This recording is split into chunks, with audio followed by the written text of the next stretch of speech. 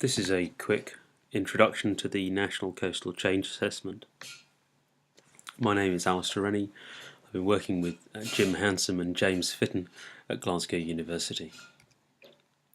The Climate Change Scotland Act in 2009 places a duty on the government to address the risks identified for Scotland within the UK Climate Change Risk Assessment.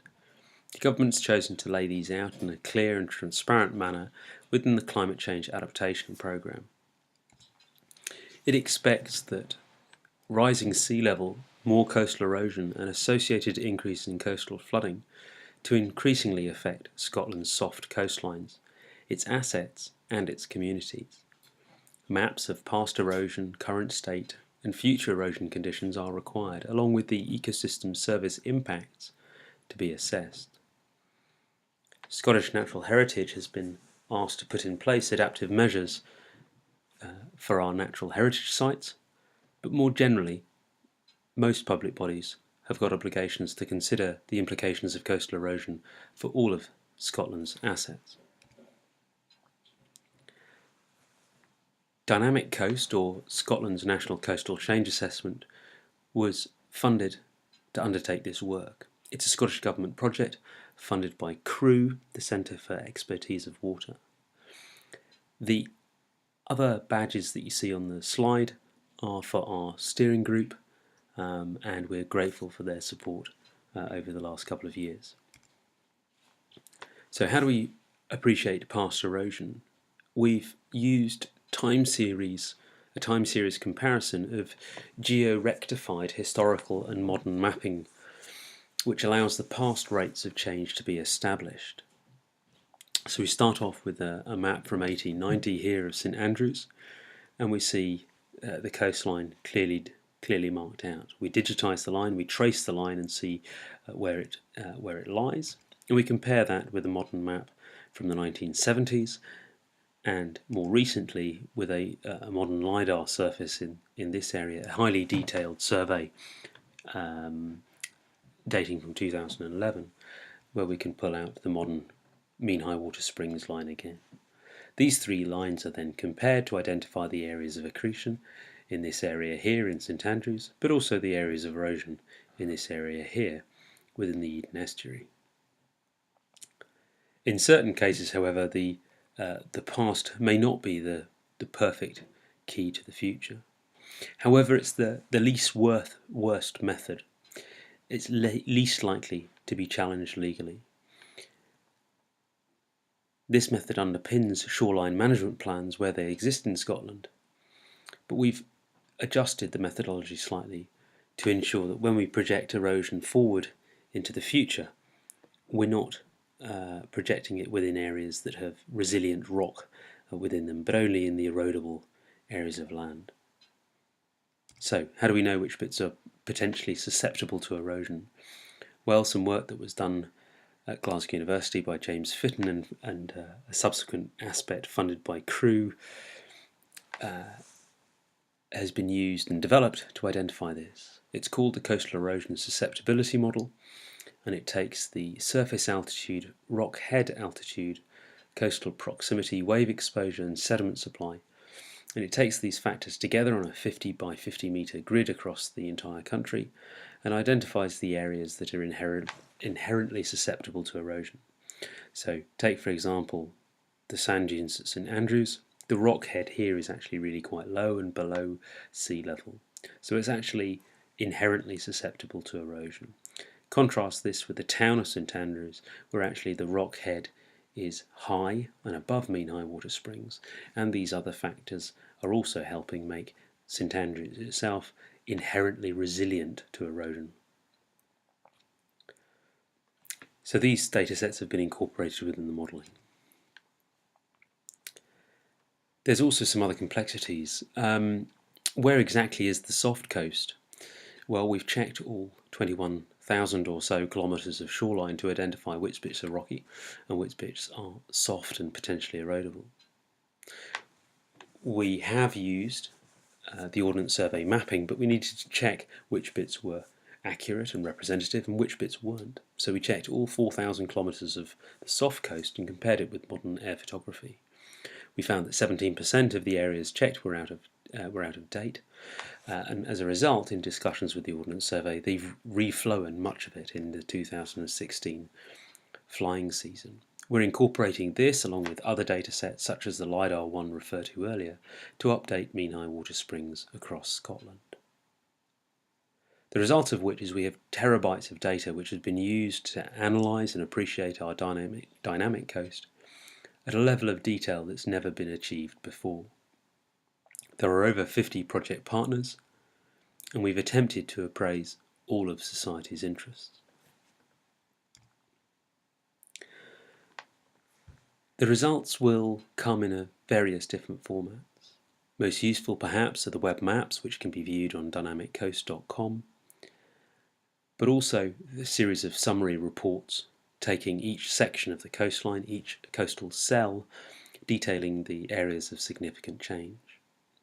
There'll also be bespoke results and policy reviews for key partners. So the character of Scotland's coastline. Different bits of the coast have been analysed and compared, and you can identify the areas of rocky shore. So, for example, along the east coast on cells 1 to 3, you can see that 40% is composed of resilient rocky shore, 15% is artificial, and 45% is soft. These proportions vary around the coast as we would expect. So what actually have we done within these soft and artificial bits? Well, we concentrate on the soft bits. We take the old shoreline and the current shoreline, and we put dots along those lines every 10 metres along the soft beach, the soft coast. We then automatically calculate the distance between those dots and the newer shoreline. Appreciate the survey dates for each of the lines, and then using a distance divided by time calculation, identify the rate of change. Those results are then displayed with erosion being shown as a negative value or a red value, and accretion being shown as a positive value or a green value. So that's the approach, and that sort of runs all the way through the numeric results, but also through the mapped results as well. As you can understand, looking at all 4,000 kilometres of soft beach and measuring every 10 metres, there's a substantial amount of data that's been produced.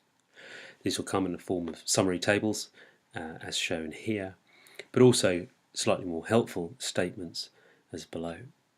So, for example, within the east coast of Scotland, historically 38% has advanced. That's between 1890 and 1970. But more recently, 23% has advanced since the 1970s. So historically, on the east coast, 38% has been accretional, and more recently, 23% has been accretional. Looking at the flip side of that, of erosion, historically 15% of the east coast had been eroding in the historical time period, compared with 19% more recently. The results are also broken down into different ways, looking at here the significance of the change and the proportion of each coastal length that also changes in that way and to that amount. We can display these as tables or as pie charts, which are slightly more informative. So if we compare the pie charts of how nationally our soft coast has changed in the early time period, the historical time period between 1890 and 1970, and then more recently from the 1970s to the modern data, we can see how the slices of the pie chart adjust through time. Now, we're still compiling this data, but this is the stats so far, which will change a little. But basically what we've seen so far is there's an increasing percentage of the coast that's becoming stable. Erosion is increasing in extent. Accretion is reducing in extent. We're getting more extreme erosion. The rates of erosion is quickening, and the rates of accretion is also quickening. So as far as conclusions then, the National Coastal Change Assessment has identified the areas experiencing rapid and modest change, but also areas of stability across Scotland's very varied shore. So 79% of our soft coast has been found to be stable more recently, since the 1970s. 8% has been accreting and 11% has been erosional. This highlights the considerable resilience of our stable and accretional shores. And such knowledge is useful when considering strategic assessments and infrastructure planning.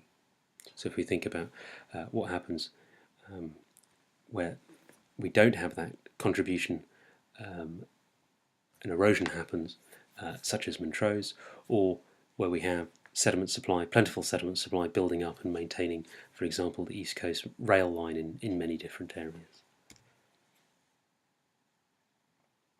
So, the sustainable management of our natural capital, or in this case, our natural beaches, our natural coastal defences, is vital to protect essential services and economic growth in Scotland. So, nature can help us cope with climate change. By projecting the past changes into the future, we highlight assets at greater risk and resilience as well, which allowed more detailed assessments to be done over the bits we're more interested in. Looking forward, we intend to do more research on targeted areas of interest. For example, Skara Brae, the World Heritage Site up in Orkney, where we're using three-dimensional surfaces through time to inform more detailed risk assessments, mitigation and adaptation strategies. If you'd like more information, please have a look at dynamiccoast.com or email ncca@snh.gov.uk.